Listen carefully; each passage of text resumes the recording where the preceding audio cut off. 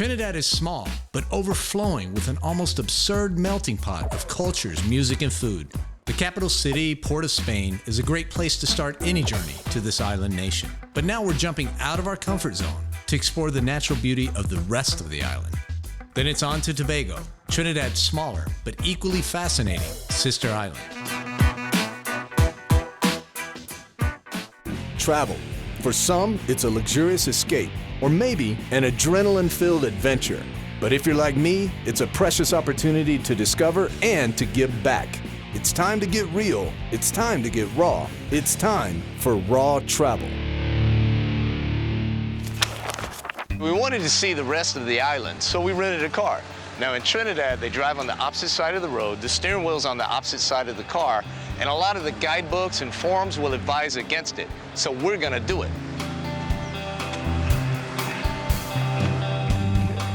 Oops. Parking brakes on. The blinkers on. Which side? Oh, that's the windshield wipers. Wait, hold on.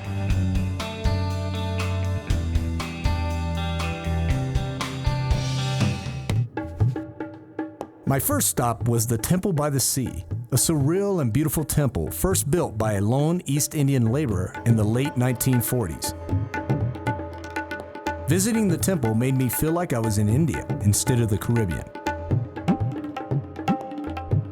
Trinidad has a lot of different religions. It's a great place for a curious traveler to learn about other people's beliefs. I came here to learn a little bit more about the Hindu religion. Each flag represents a promise someone made to their god.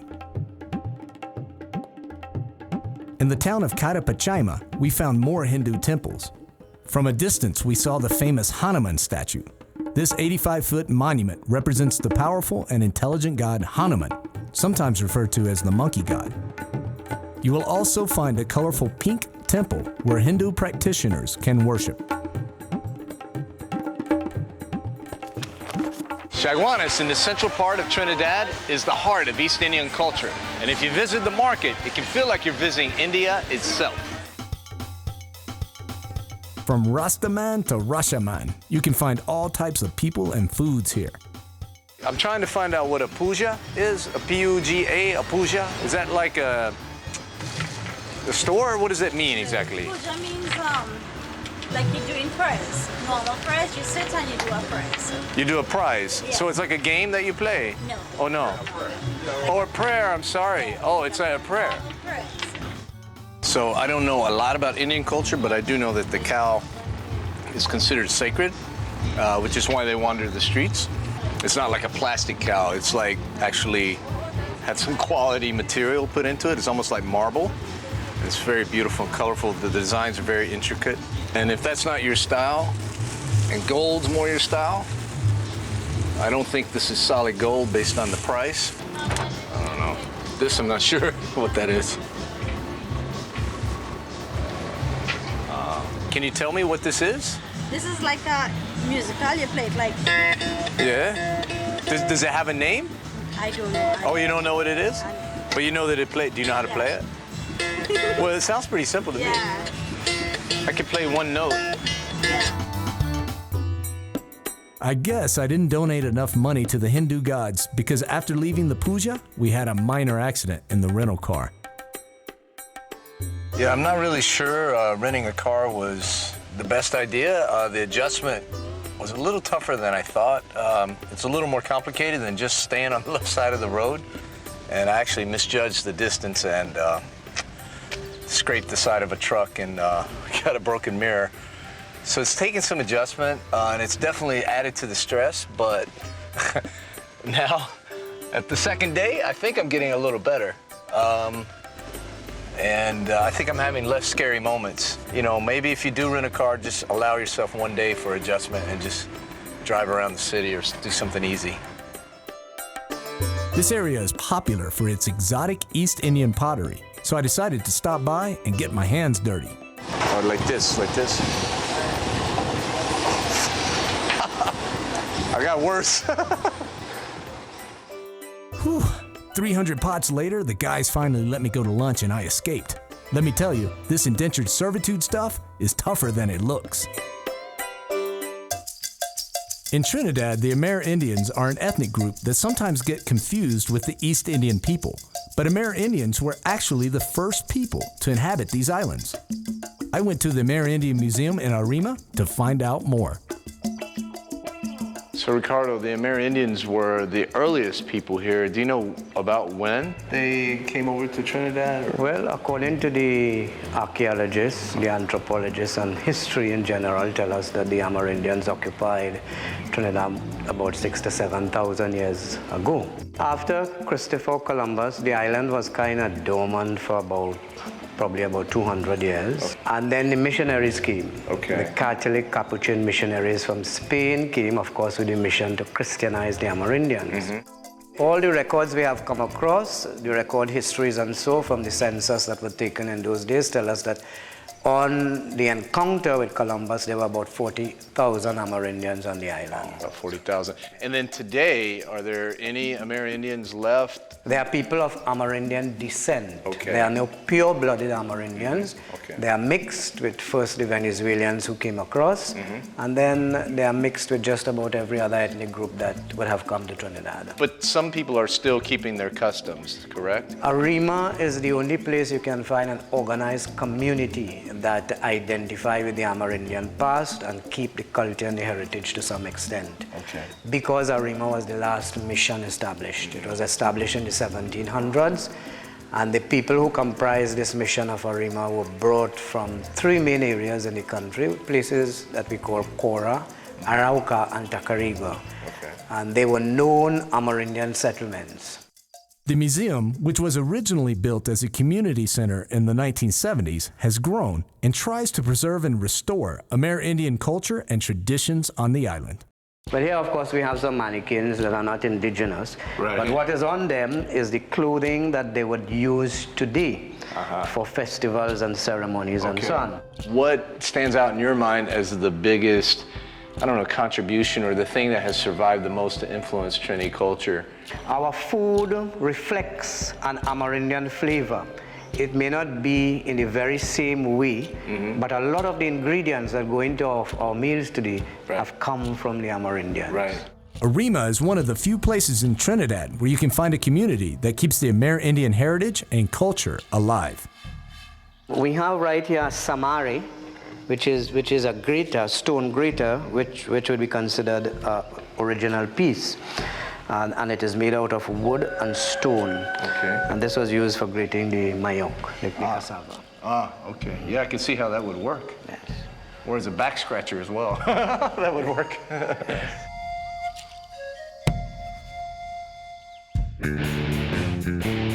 When I travel, I try to find something rewarding to do to give back.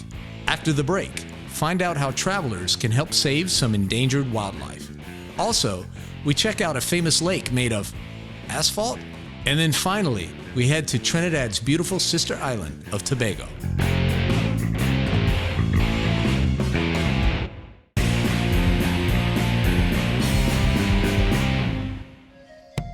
I'm really glad I got outside of Port of Spain to see the rest of Trinidad. Driving south, there were a lot of Hindu temples, a lot of Indian restaurants. Even the smells felt like you were in India. And then I worked my way over to the east side of the island, which is very rural. The beaches are really, really remote. There's a lot of wildlife. It's a little hard to get to because the roads are very curvy, but it's a great trip, and I think it was really worth the trip, and I'm glad I made it.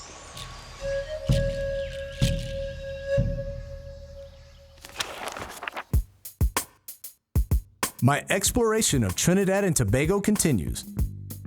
These West Indian islands are brimming with coveted natural resources. Luckily, an emerging and sustainable ecotourism industry is beginning to take hold.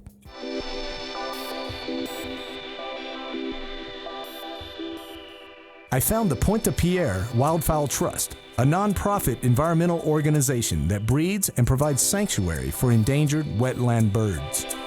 The trust is an example of how commerce and conservation need not be mutually exclusive. I notice you're inside of an oil refinery. which is sort of interesting. Can you tell me a little bit about the relationship? Sure, that's what makes the Wildfowl Trust so unique.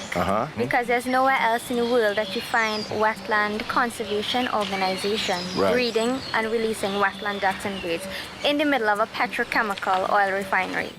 We have over 87 species of birds that you can find here. Okay. We have some resident birds. Those are the ones that we actually breed and you can see them year-round every day. Okay. And then you have the various birds that actually come and visit us. Oh, okay. On a monthly basis, so on even a daily basis. Oh, wow. So you have residents and visitors. Yeah. Oh, that's pretty cool. All right. And then as far as like the visitors that are in the human form, where do they come from? They come from everywhere. And people can stay? Are there guest houses where people can stay? Yes, we have a guest house. It's called Petria Place. So if you're, especially if you're a keen bird watcher, just yesterday we had 25 young girls from an Islamic mosque and they came and they cleaned our entire learning center for us. Oh, nice. Okay. So that's one aspect. Or you can do gardening, or you can do work with our aviculture team. Okay. Those are the tasks that students usually help us do. Okay. And then we have members, as I was telling you, who can do more to volunteer. There are over 3,000 current members of the Trust from all over the world, and today they just added one more. After a tour, you too can become a member of the Trust and help the foundation grow and continue their work. All it would involve is you coming on a tour at the Wildfowl Trust, learning about the Trust and learning about what we do here at our organization. Many people, especially in Trinidad, have that culture to actually go into our forest and hunt these animals like ducks, especially these ducks, and that's one of the main reasons why these ducks are endangered. It's because of overhunting. Oh, wow. Another reason is because of habitat destruction. Okay. Development, Pollution, intruding into their natural habitat.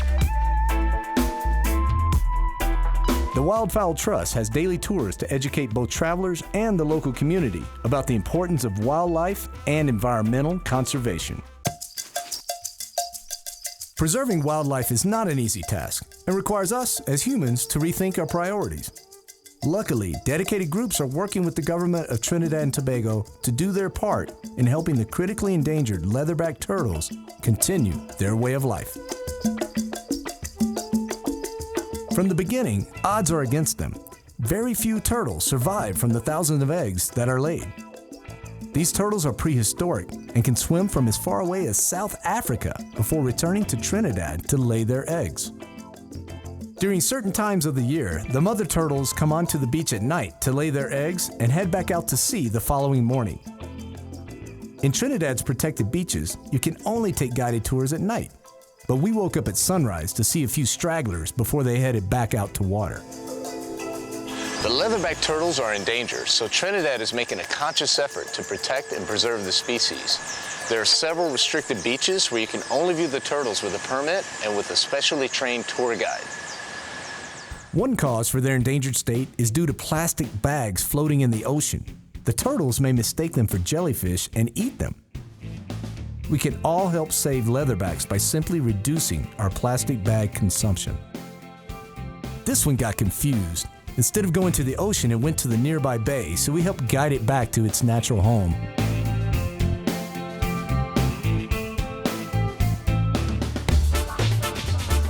Trinidad has an abundance of natural resources like oil and also asphalt. We're here at Pitch Lake, which is one of only 3 naturally occurring asphalt lakes in the entire world, and also one of the most visited sites in all of Trinidad.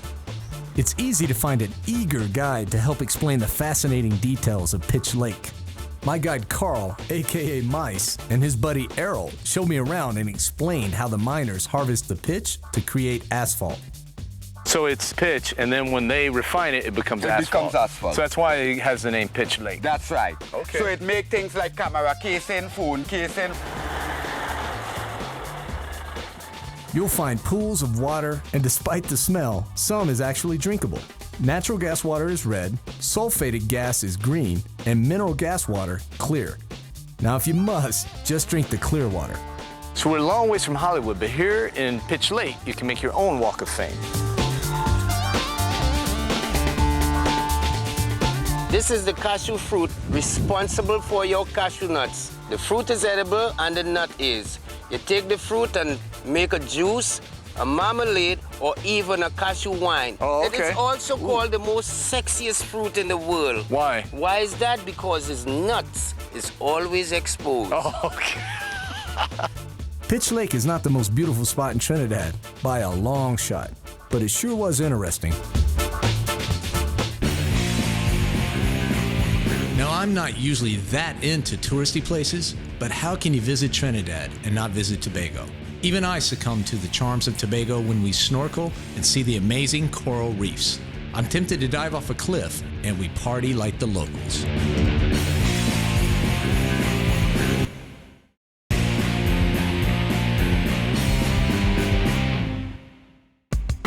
After exploring Trinidad, I finally arrive in Tobago.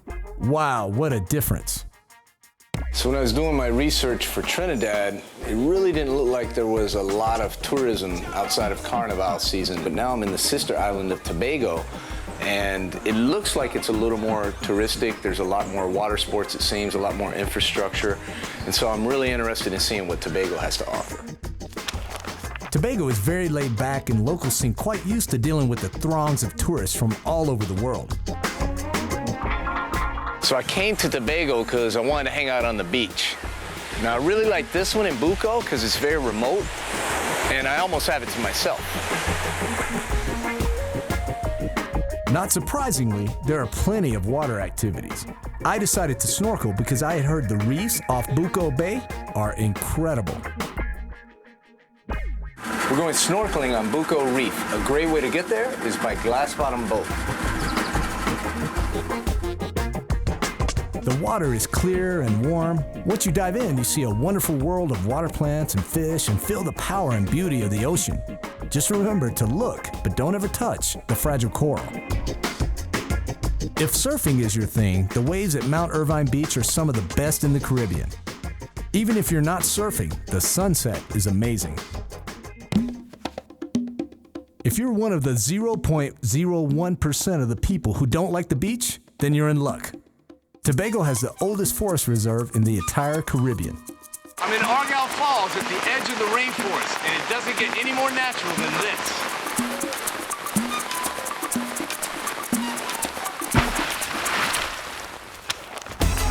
Like horse racing? How about goat stew? Well, have we got a surprise for you? And if that's not enough island culture for you, we'll bend our bodies at awkward and unnatural angles, all in an attempt to party like the locals.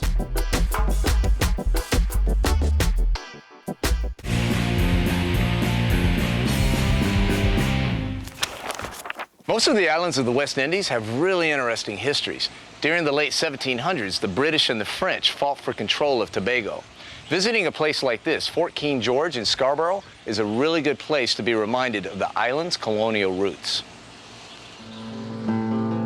Today, Trinidad and Tobago may be a young nation, but they are indeed very independent, and their culture is perhaps the most diverse and unique of any Caribbean island. As an independent nation, they can do whatever they like, and they like to race goats. Oh, and also crabs. They race crabs. I wonder, do they eat the winners or the losers? In the town of Buccoo, locals and travelers alike gather to take part of the spectacle that is the goat races, which take place the Tuesday after Easter and continue into the fall. Okay, Robert and Michael, the big goat race is coming up this weekend, man. Are you excited? Yeah, it's very exciting. All right. People get so excited. I understand about 3,000 people or so come watch you guys race goats. It's a very interesting thing, you know. Yeah. When you come and you sit and you watch these goats, how they perform, and right. They're very good. The idea may have originated in nearby Barbados, but it has been a rich tradition in Tobago for over 80 years. It has become such a serious event that they built a new grandstand and race complex. How do you keep them from eating the racetrack? Well, they don't accustom to this grass. You see, this grass is a different type of grass to the usual grass they graze on. Do you guys actually race them yourselves, or do you actually have jockeys, right, that do that, right? Jockeys to run them. Okay, okay. And they don't ride them, they actually get on the side and run them.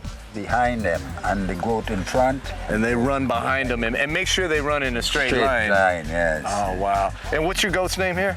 Bolt runner. And this is? Tango. So we got Tango and Bolt Runner. This is a C1. Okay. And this is A C2. C2. What does that mean? Is those are different classes? Different classes. Is that based on their weight? No, their performance. Oh, okay. Do you think, do I have potential as a jockey or am I too big? Do they need to be small and fast and young? No, as long as you could run.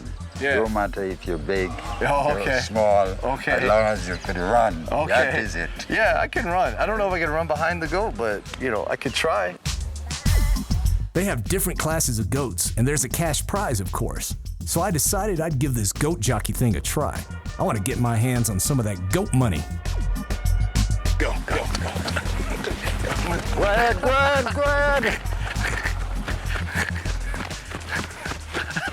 Do you eat the goats after they're finished racing, or do they go to... When they finish racing, you sell them over. Okay. Eating purpose. I'm not going to start eating goat. Eating goats now. Yeah, I think so. Now, once I know their names, it's impossible. Now, you've probably seen this dance before. Maybe you even tried it at the luau party in college. Well, it's called the limbo, and it originated in Trinidad and Tobago. And I don't think most people realize that it started here. And I think most people think, for me, for example, I thought maybe in Hawaii and the Polynesian Islands. A lot of people seem to think it's a Latin thing as well, but it's actually from the Caribbean. Trinidad and Tobago. You got it right here. Limbo started when, in slavery days, the actual white plantation owners would have their carnival, and if the Creole people, which is the French and the African people, would then have their own carnival the day after. But stick fighting was actually banned for the slaves, so they had to find other ways to play with their sticks. And they started limbo dancing. So they would actually light the ends of the sticks on fire and dance under it.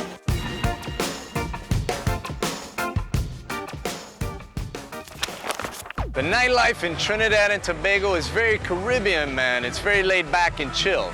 And here in Buccoo, Tobago, they have a celebration every Sunday night called Sunday School. And as you can see, it's not your typical church service. There's good music, there's a good vibe here, and tourists actually flock here. Normally, I try to stay away from events like that, but I wanted to keep an open mind. Now, I've had the pig's foot.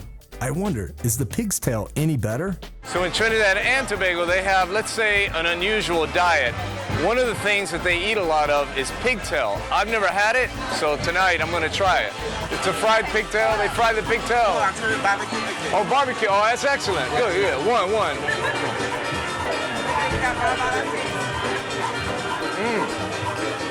This is good. I didn't know what to expect from Trinidad and Tobago.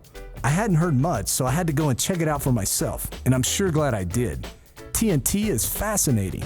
The mixture of cultures, ethnicities, and religions is incredible for such a small place. Yet everyone seems to get along. They seem tolerant of each other's differences, while at the same time celebrating their commonality. And celebrate, boy do they know how to celebrate. It felt like they were glad to have me visit, not because they craved my tourism dollars, but because they simply wanted to share their culture with me. It's a different dynamic than I expected in the tourist-laden Caribbean, but one I welcome and can't wait to experience again.